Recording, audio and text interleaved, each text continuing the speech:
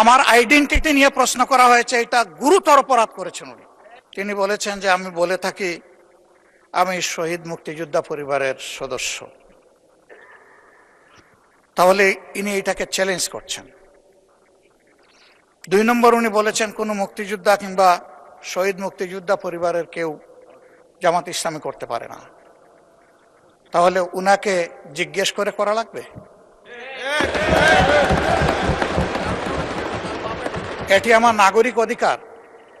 আমি কোন দল করব, কোন আদর্শ আমি অনুসরণ করব, এর উপর হস্তক্ষেপ করার ন্যূনতম কোনো অধিকার রাষ্ট্র কিংবা সংবিধান কাউকে দেয়নি। আমি এটার তীব্র নিন্দা জানাই।